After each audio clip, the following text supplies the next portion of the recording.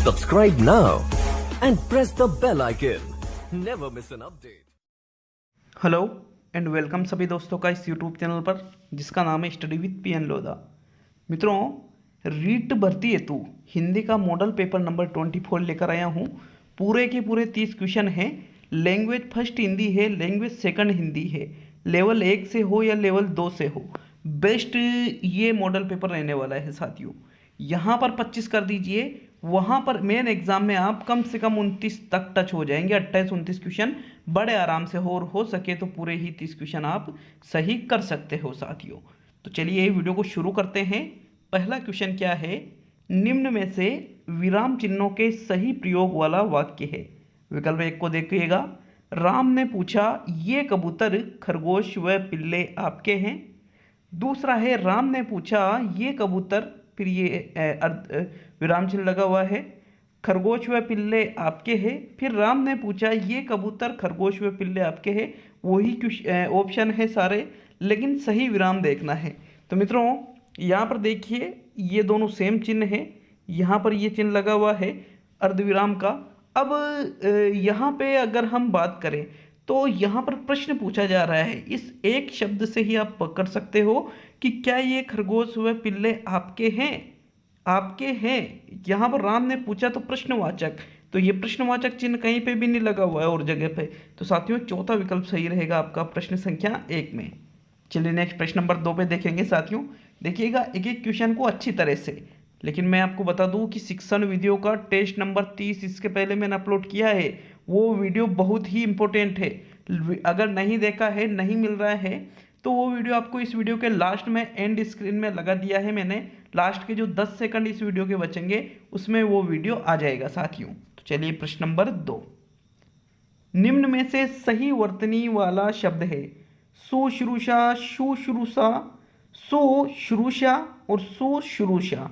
लेकिन यहाँ पर मात्रा को देखिएगा, यहाँ दोनों में छोटे हो की, इसमें छोटे की, इसमें बड़े हो की। यहाँ पर ससरोता वाला है, यहाँ पर शेषंक वाला है, यहाँ ससरोता वाला। तो कौन सा शुद्ध होता है साथियों? प्रश्न संख्या 2 का सही आंसर बताइएगा। मित्रों ऐसे क्वेश्चन जब आ जाते हैं तो हमारा दिमाग घूम जाता है कि यार इसमें कौन सा रहेगा। तो साथियों अगर हम बात करें प्रश्न संख्या 2 की, तो दूसरे क्वेश्चन में आपके तीसरा विकल्प जो है सुश्रूषा, सु में छोटे ऊ की लगेगी, शुरू में बड़े ऊ की लगेगी और बाद में शेष षटकोण वाला आएगा। तीसरा विकल्प बिल्कुल सही है साथियों प्रश्न नंबर 2 में। चलिए नेक्स्ट प्रश्न नंबर 3 पे आएंगे। सुरभि और सुरभि का अर्थ है गाय और नंदिनी, सुगंध और कामधेनु, सुगंधित और दूध और सुगंध और गाय। आप सोच रहे होंगे कि ये शब्द युग्म वाला तो हमारे टॉपिक ही नहीं है, लेकिन लैंग्वेज जो सेकंड है हिंदी और लेवल 2 में ये टॉपिक है साथियों हिंदी में, इसलिए मैंने इससे भी क्वेश्चन लिया है। तो एक सुरभि और एक सुरभि का मतलब क्या होता है मित्रों? बात करें तो इस सुरभि का मतलब तो होता है सुगंध और इस सुरभि का मतलब होता है गाय। चौथा विकल्प सही है साथियों प्रश्न संख्या 3 में। ये भी क्लियर है सभी के। नेक्स्ट प्रश्न नंबर 4, डाउट हो तो कमेंट करके आप जरूर जाइएगा साथियों। राजस्थानी भाषा में प्रयुक्त ध्यान सु उतरबो मुहावरे का सही अर्थ है ध्यान आना, नीचे उतरना, प्रवेश करना और याद न रहना। तो साथियों राजस्थानी भाषा में ये जो मुहावरा प्रयुक्त किया जाता है ध्यान सु उतरबो, ध्यान से उतर गयो, अपन कई बार कहते हैं ध्यान से उतर गयो, उतरबो, उतर गयो। कई जगह स्थानीय देश शब्द लगा दिए जाते हैं बाद में इन शब्दों के, तो फिर उसको कहते हैं याद न रहना। अपने को कई बार कई चीज याद नहीं रहती है तो अपन क्या कहते हैं कि यार ध्यान से उतर गया हो, तो ध्यान से उतरबो राजस्थानी भाषा में इसको कहा जाता है। चौथा विकल्प सही है चौथे क्वेश्चन में। नेक्स्ट प्रश्न नंबर 5, राजस्थानी भाषा में प्रयुक्त शब्द ठेपाड़ का अर्थ क्या होता है? ठेपाड़ एक प्रकार का वस्त्र, ऊंट की विशेष चाल, सूखी झाड़ी और एक प्रकार का आभूषण। तो मित्रों राजस्थानी भाषा में ठेपाड़ शब्द, इसका मतलब होता है यह एक प्रकार का वस्त्र है साथियों। क्या है ये? एक विशेष प्रकार का वस्त्र है जिसको ठेपाड़ नाम से जाना जाता है। तो प्रश्न नंबर 5 में पहला विकल्प आपका सही रहेगा साथियों।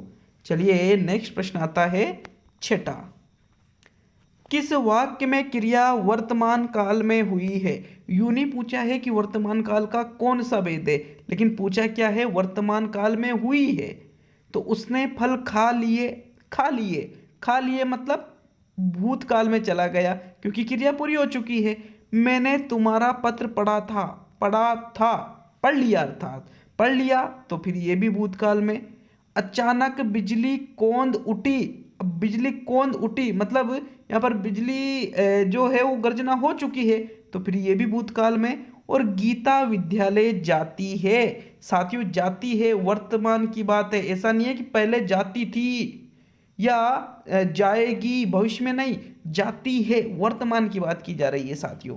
इसलिए चौथा विकल्प सही रहेगा प्रश्न संख्या 6 में। क्लियर है ये भी सभी के। नेक्स्ट प्रश्न नंबर 7, कानी के ब्याह में 100 झगड़े, कहावत का अर्थ क्या है। बाधा पर बाधा आते जाना, बहुत बड़ी बाधा उत्पन्न होना, कानी के विवाह में परेशानी होना और भाग्यहीन व्यक्ति होना। तो देखिए ये जो कहावत है, कानी के ब्याह में 100 झगड़े, पहला दोष क्या है, कानी।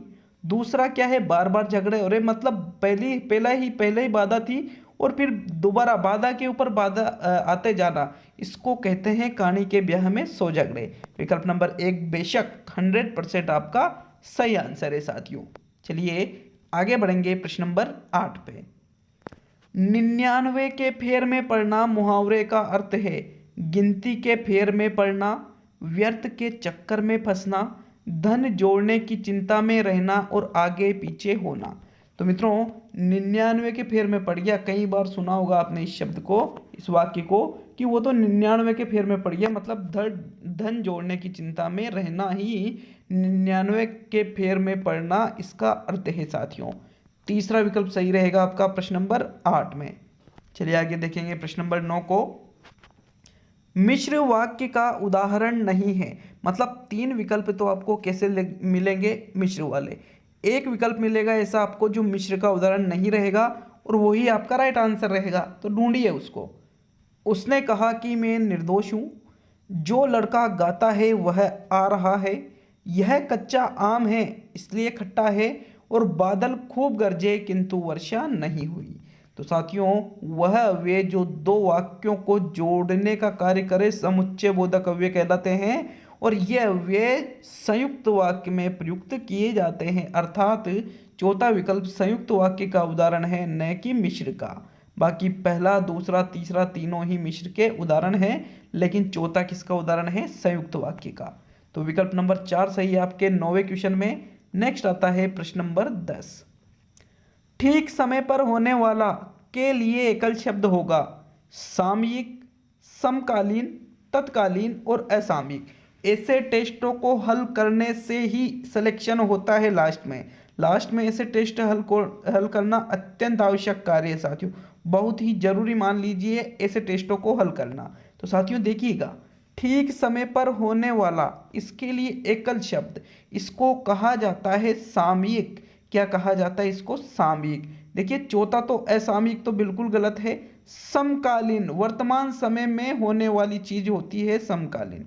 यहाँ पर ठीक समय पर होने वालों के लिए है, तो साथियों प्रथम विकल्प सही है प्रश्न संख्या 10 में। देखिए इस क्वेश्चन में कई लोग कंफ्यूजन हो जाते हैं, लेकिन जो कार्य ठीक समय पर होता है उसको सामयिक कहा जाता है। क्या कहा जाता है, सामयिक। 10वें क्वेश्चन में आपका प्रथम ही विकल्प सही रहेगा साथियों। चलिए आगे बढ़ते हैं प्रश्न नंबर 11 पर। आदर शब्द से विशेषण बनेगा। देखिए शिक्षण विधियों के भी बड़े ही लाजवाब क्वेश्चन मिलेंगे आज आपको, बहुत ही शानदार। आदरकारी, आदरपूर्वक, आदरणीय और सभी। तो मित्रों देखिए यहाँ पर 15 क्वेश्चन व्याकरण के हैं और 16 क्वेश्चन से 30 क्वेश्चन तक ग्रामर शिक्षण विधियों के हैं, तो वो भी बहुत ही टॉप क्वेश्चन है वो भी। देखिए आदर शब्द से जो विशेषण बनेगा वो होगा आदरणीय। आदर एक विशेषण शब्द है, आदर एक भाववाचक संज्ञा शब्द है साथियों, भाववाचक संज्ञा शब्द है, और इससे आदरणीय ये विशेषण शब्द बनेगा। तीसरा विकल्प आपका सही है 11वें क्वेश्चन में। नेक्स्ट आता है प्रश्न नंबर 12। दयार्द्र शब्द में प्रयुक्त समास है कर्म तत्पुरुष, करण तत्पुरुष, संप्रदान तत्पुरुष, संबंध तत्पुरुष। तो पहले हम दयार्द्र शब्द को तोड़ के देखेंगे, मतलब इसका समास विग्रह करेंगे ताकि आसानी से पहचान में आ सके कि इसका समास विग्रह क्या रहेगा साथियों। तो देखिए, दयार्द्र का समास विग्रह होता है दया से आर्द्र। क्या होता है साथियों? दया से आर्द्र बराबर शब्द बनेगा दयार्द्र। तो से कर्ता ने कर्म को करण से, करण तत्पुरुष समास का ये उदाहरण है मित्रों। दूसरा विकल्प आपके 12वें क्वेश्चन में बिल्कुल सही है। चलिए आगे बढ़ेंगे प्रश्न नंबर 13 पर। साथियों प्रश्न नंबर 13 है, निम्न में से किसकी संधि सही नहीं हो रही है? तो यहाँ जो संधि आपको लगता है कि गलत है, क्या है? गलत है, वही आपका राइट आंसर रहेगा साथियों। तो यहाँ पे गलत का चयन कीजिए। फिर दीन प्लस अनाथ दीनानाथ, अप प्लस अंग अपंग, मूसल प्लस धार मूसलाधार और लकड़ी प्लस हारा लकड़हारा। तो मित्रों बात करें मूसलाधार की, मूसलाधार शब्द का निर्माण मूसल प्लस धार से ही हुआ है। लकड़हारा शब्द का निर्माण लकड़ी प्लस हारा से ही हुआ है। अपंग, अप प्लस अंग दीर्घ संधि का अपवाद है। अपंग बिल्कुल शुद्ध, यहाँ पे विच्छेद भी बिल्कुल शुद्ध है और लिखा भी शुद्ध है। लेकिन दीन प्लस अनाथ दीनानाथ तो सही है, लेकिन अनाथ, दीनों का अनाथ दीनानाथ थोड़ी होता है, दीनों का नाथ दीनानाथ होता है साथियों। तो दीन प्लस नाथ शब्द बनता दीनानाथ, ये भी अपवाद है। विकल्प नंबर 1 सही है क्योंकि इसमें संधि सही नहीं हो रही है, इसमें ए नहीं आना चाहिए था और इसमें आ क्या रहा है? ए। तो फिर हम इसको गलत मानेंगे। विकल्प नंबर 1 सही आपका प्रश्न संख्या 13 में। चलिए आगे बढ़ेंगे प्रश्न नंबर 14 पर। निम्न में से कौन से विकल्प में सही विलोम युग्म है? सही विलोम युग्म मतलब जो सही है वो आपका आंसर है। पहला विकल्प परोपकार का उपकार, क्रिया का अक्रिया, वादी का विवादी और मेहमान का मेजबान। तो मित्रों परोपकार और उपकार ये तो दोनों ही एक चीज ये हो गई। क्रिया का प्रतिक्रिया होता है, अक्रिया नहीं होता है। वादी का प्रतिवादी होता है, विवादी नहीं होता है। लेकिन मेहमान का मेजबान ही होता है साथियों। मेहमान और मेजबान बिल्कुल ये विलोम युग्म सही है। तो यही फिर सही है, चौथा ही विकल्प आपका राइट आंसर रहेगा 14वें में। चलिए आगे बढ़ेंगे प्रश्न नंबर 15 पर। देशज शब्द है, अब कहोगे कि सर देशज शब्द तो हट गए, वो तो लैंग्वेज फर्स्ट में हटे, लैंग्वेज सेकंड में है, लेवल 2 में है, तो फिर इसलिए क्वेश्चन मैंने रख दिया। देखिएगा खुरपी, जादू, रज्जू, पुत्र। तो साथियों पुत्र तो तत्सम शब्द है, पुत्र का तद्भव होता है पूत। रज्जू, रज्जू भी तत्सम शब्द है। जादू विदेशी शब्द है और खुरपी देशज शब्द है साथियों। खुरपी कौन सा है? देशज है। विकल्प नंबर 1 सही है प्रश्न नंबर 15 में। तो हमने व्याकरण के 15 क्वेश्चन कर लिए। अब हम किसके क्वेश्चन करेंगे?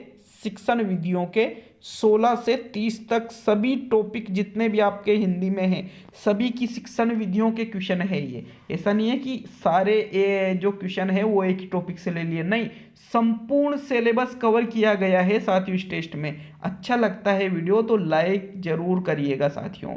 16वां क्वेश्चन, भाषा की प्रकृति के संबंध में असत्य कथन है। असत्य, भाषा अनुकरण के माध्यम से सीखी जाती है। भाषा कठिनता से सरलता की ओर अग्रसर होती है।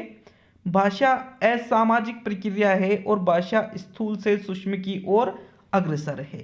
तो साथियों इंपॉर्टेंट क्वेश्चन है। 2-2, 3-3 ऑप्शन आपको गलत लग रहे होंगे, असत्य लग रहे होंगे, लेकिन असत्य सिर्फ एक कथन है और वो है भाषा असामाजिक प्रक्रिया है। ये सरासर गलत है, बिल्कुल गलत है। असामाजिक नहीं बल्कि भाषा सामाजिक प्रक्रिया है साथियों। देखिए भाषा अनुकरण के माध्यम से सीखते हैं और कठिनता से सरलता की ओर अग्रसर होती है। कैसे? कि हम जब भाषा को सीखते हैं तो शुरुआत में हमें बहुत कठिनाई आती है, लेकिन धीरे धीरे धीरे हम उस चीज़ को बड़ी ही इजीली लेने लग जाते हैं साथियों। तो ये तो सही हो गया। और स्थूल से सूक्ष्म की ओर भी अग्रसर होगी साथियों। पहले छोटी छोटी चीज़ें सीखेंगे, फिर उसमें धीरे धीरे अंदर की चीज़ें सीखेंगे। तो साथियों यहाँ ओनली तीसरा ही विकल्प सही है 16वें क्वेश्चन में। चलिए आगे बढ़ेंगे प्रश्न नंबर 17 पर। कौन से प्रश्न कौशलों के लिए सही नहीं है? कौन सा प्रश्न? तो जो प्रश्न कौशलों के लिए सही नहीं है वो बताइएगा। पहला है प्रश्न पूछने में उत्साहवर्धक तरीकों का प्रयोग करना चाहिए। दूसरा है प्रश्नों को प्रोत्साहन देना। तीसरा है हाँ अथवा न उत्तर वाले प्रश्नों की संख्या बढ़ाना, या सुनने में संवेदनशीलता विकसित करना। तो मित्रों जो 17वां क्वेश्चन है, प्रश्न पूछने में उत्साहवर्धक तरीकों का प्रयोग करना चाहिए, बिल्कुल करना चाहिए। प्रोत्साहन देना चाहिए, जी हाँ देना चाहिए। लेकिन हाँ अथवा नहीं उत्तर वाले प्रश्नों की संख्या यदि आप बढ़ाते जाओगे तो ये प्रश्न कौशल के लिए सही नहीं माना जाता है साथियों। तीसरा विकल्प सही रहेगा आपके प्रश्न नंबर 17 में। चलिए आगे बढ़ेंगे प्रश्न नंबर 18 पर। भाषा के विभिन्न कौशलों को किस रूप में पढ़ाने की अनुशंसा की जाती है? निम्न रूप में, क्रमिक रूप में, एकीकृत रूप में और उच्च रूप में। अब होता क्या है इस प्रश्न में, हम कर देते हैं क्रमिक को राइट, लेकिन ये है गलत, क्योंकि अपन क्या सोचते हैं सुनना, बोलना, पढ़ना, लिखना साथियों क्रम में तो सीखे जाते हैं, लेकिन ये अंतः संबंधित होते हैं। ये क्वेश्चन सीटेट में कई बार पूछ लिया गया, एक बार नहीं कई बार। तो साथियों वहाँ पर यह भी ऑप्शन होता है कि भाषाई कौशल एक निश्चित क्रम में ही सीखे जाते हैं, लेकिन उसको गलत माना जाता है हर बार ही, बल्कि इनको एकीकृत या अंतः संबंधित करके पढ़ाया जाना, सिखाया जाना चाहिए। तीसरा विकल्प ही 100% सही है। प्रश्न 18 में भाषाई कौशलों को एकीकृत रूप में पढ़ाने की अनुशंसा की जाती है, नो डाउट ओनली तीसरा विकल्प। चलिए नेक्स्ट प्रश्न नंबर 19। पढ़ना सीखने के लिए आवश्यक है कि केवल लक्ष्य भाषा सुनने का माहौल हो, घर की भाषा सुनने बोलने को मिले, लक्ष्य भाषा की अर्थपूर्ण और रोचक सामग्री सुनने पढ़ने को मिले और चार्ट अधिक से अधिक कक्षा में लगाए जाए। तो पढ़ना सिखाना है बच्चों को साथियों।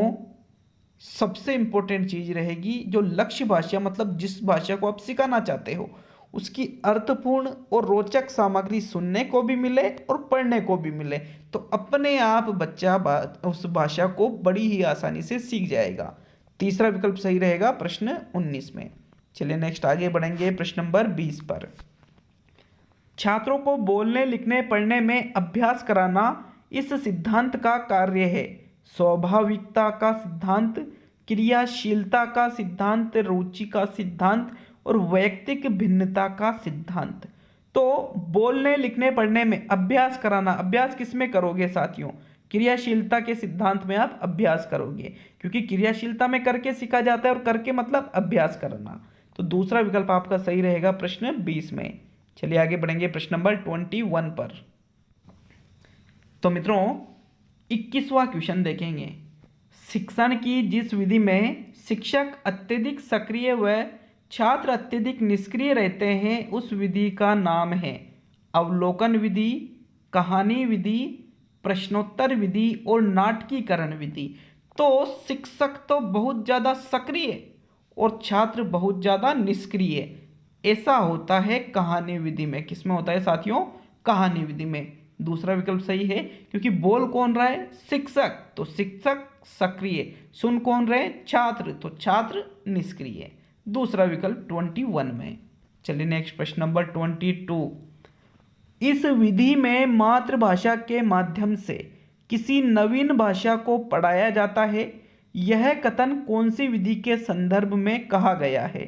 गठन विधि, प्रत्यक्ष विधि, वेस्ट की विधि और परोक्ष विधि।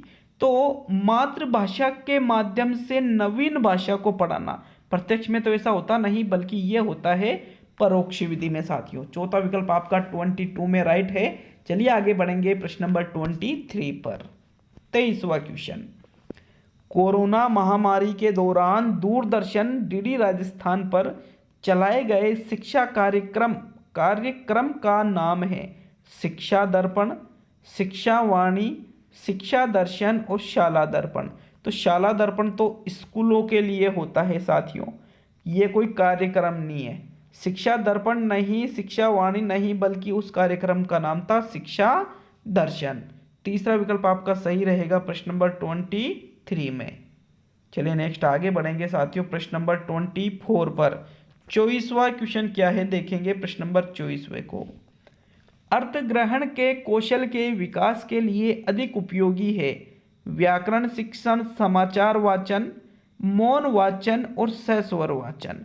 तो अर्थ ग्रहण के कौशल के विकास के लिए अर्थ ग्रहण करवाना है तो भाई समाचार वाचन, सहस्वर वाचन, व्याकरण शिक्षण, इनसे बेस्ट आंसर कौन सा है? मौन वाचन, क्योंकि मौन वाचन का उद्देश्य क्या होता है? अर्थ ग्रहण की कुशलता का विकास करना। तीसरा विकल्प सही है 24 में। नेक्स्ट प्रश्न नंबर 25। निम्न में से किस उपकरण का इस्तेमाल प्राय योगात्मक मूल्यांकन में किया जाता है? एक होता है रचनात्मक मूल्यांकन और एक होता है योगात्मक मूल्यांकन। योगात्मक मूल्यांकन में संपूर्ण चीजें शामिल कर ली जाती है साथियों, अध्यापक अवलोकन, परीक्षण, असाइनमेंट और इनमें से कोई नहीं। तो मित्रों परीक्षण को ही योगात्मक मूल्यांकन में इस्तेमाल किया जाता है। परीक्षण मतलब परीक्षाएं, जो बच्चों की परीक्षाएं ली जाती है, तो ये योगात्मक मूल्यांकन के अंतर्गत आ जाती है। दूसरा विकल्प 25 में सही है। चलिए नेक्स्ट प्रश्न नंबर 26 देखेंगे। 26वें क्वेश्चन को क्या कह रहा है ये? एक परीक्षण तभी मान्य कहलाता है जब यह, स्टार करो इस क्वेश्चन को, पहली चीज तो इंपॉर्टेंट है, बहुत ज्यादा सोच समझ के आंसर दीजिएगा, गलत होने के बहुत ज्यादा चांसेज है। परीक्षण तभी मान्य कहलाता है जब यह निष्पक्ष और शिक्षक पूर्वाग्रह से मुक्त हो, जिसे मापने का दावा करता है उसे मापता है, समय के साथ अनुरूप परिणाम देता है और सांस्कृतिक पूर्वाग्रह के खिलाफ बचाव करता है। चारों ही विकल्प आपको सही लग रहे होंगे, लेकिन एक परीक्षण को तभी मान्य कहा जाता है जब वो जिस चीज को मापने का दावा करता है उसका मापन कर रहा है, मतलब वेदता। क्या कहते हैं उसको? वेदता कहते हैं साथियों। वेदता के गुण के कारण ही परीक्षण मान्य कहलाता है। दूसरा विकल्प यहां आपका बिल्कुल सही आंसर है 26 में। अब आपकी सोच पहले, तीसरे, चौथे पे जा सकती है। आप हो सकता है कि आप कहो कि नहीं सर इसमें पहला है या तीसरा है, बेशक इसमें दूसरा ही विकल्प सही होगा 26 में। चलिए नेक्स्ट प्रश्न नंबर 27। सतत और व्यापक मूल्यांकन की विशेषता नहीं है साथियों। छात्र के विकास के पक्षों पर जोर न देना, छात्र का नियमित मूल्यांकन करना, गुणवत्तापूर्ण मूल्यांकन करना और विद्यार्थी की संप्राप्ति में सुधार करना। तो विद्यार्थी की संप्राप्ति में सुधार भी किया जाता है, गुणवत्तापूर्ण मूल्यांकन भी किया जाता है, छात्र का नियमित मूल्यांकन किया जाता है, लेकिन सभी पक्षों पर जोर न देना, तो ये न देना तो बिल्कुल नेगेटिव हो गया, गलत हो गया। 27वें में प्रथम विकल्प सही है मित्रों। नेक्स्ट प्रश्न नंबर 28। शिक्षा एक त्रिमुखी प्रक्रिया है यह कहने वाले थे जॉन ड्यूवी, एडम्स, ब्लूम और किलपेट्रिक। शिक्षा को मूल्यांकन की नहीं पूछ रहा हूं मैं, प्रश्न पूछा जा रहा है यहाँ पे शिक्षा को त्रिमुखी प्रक्रिया किसने बताया साथियों? जॉन ड्यूवी के द्वारा शिक्षा को त्रिमुखी प्रक्रिया बताया गया है। विकल्प नंबर 1 सही है 28 में। चलिए आगे बढ़ेंगे प्रश्न नंबर 29 पर। पाठ का विकास करने के लिए प्रश्न किए जाते हैं। विकासात्मक प्रश्न, प्रस्तावना प्रश्न, आवृत्ति प्रश्न, बोध प्रश्न। तो विकास करना है, विकास तो प्रस्तावना से तो होगा नहीं, क्योंकि ये तो पूर्व ज्ञान का पता लगाने के लिए किया जाता है, बल्कि विकासात्मक प्रश्नों के माध्यम से ही पाठ का विकास करने के लिए ये प्रश्न पूछे जाते हैं। पहला विकल्प 29 में बिल्कुल राइट। अंतिम और 30वां क्वेश्चन, लेकिन बता दूं आपको, कमेंट करके जाइए 30 में से कौन टच हुआ 25 के, बता कर जाइएगा साथियों। 25 प्लस कौन कौन निकला ये भी कमेंट करके जाइए। आपको कंफ्यूजन है वो भी कमेंट करके जाइए साथियों। और अच्छा लगे वीडियो तो एक छोटा सा लाइक और चैनल को सब्सक्राइब कर दीजिएगा। अगर आपको लगता है कि हाँ हमें यहाँ से सहायता मिलेगी तो सब्सक्राइब करके बेल आइकन भी आप दबा सकते हो साथियों, ताकि नए वीडियो का नोटिफिकेशन आपके पास पहुँच सके। चलिए 30वां और अंतिम क्वेश्चन। भाषा शिक्षण में बहुमुखी प्रयास का अभिप्राय है आगमन विधि का प्रयोग करना, तकनीकी का प्रयोग करना, सभी विषयों के शिक्षण में भाषा पर बल और अनेक अध्यापकों द्वारा भाषा का शिक्षण। तो भाषा शिक्षण में बहुमुखी प्रयास का मतलब यूं नहीं है कि अनेक अध्यापक भाषा का शिक्षण करा रहे हैं तो वो बहुमुखी प्रयास है, नहीं, बल्कि सभी विषयों का जो शिक्षण कराया जाता है उसमें भी यदि आप भाषा पर बल देते हो तो उसको ही बहुमुखी प्रयास कहा जाएगा भाषा शिक्षण के अंतर्गत। तीसरा विकल्प 30वें क्वेश्चन में सही है। इसके साथियों 40 से 50 मिनट बाद 60 शिक्षण विधियों का टेस्ट आ रहा है और उनके अलावा जनक भी बताएंगे उसमें, और साथ में जो निष्पत्ति, उपलब्धि परीक्षण, निदानात्मक, उपचारात्मक परीक्षण, ज्ञानात्मक, भावात्मक, क्रियात्मक उद्देश्य और जो पाठ योजना के जो उद्देश्य ज्ञानात्मक, अवबोधात्मक, ज्ञानोपयोग, अभिरुचि, अभिवृत्ति और कौशलात्मक, उनके बारे में भी बहुत ही अच्छे से चर्चा करेंगे। तो छोटा सा वीडियो बनाएंगे वो भी, लेकिन काम की चीज़ है, जरूर देखिएगा उसको। तो चलिए मिलते हैं अगले वीडियो में।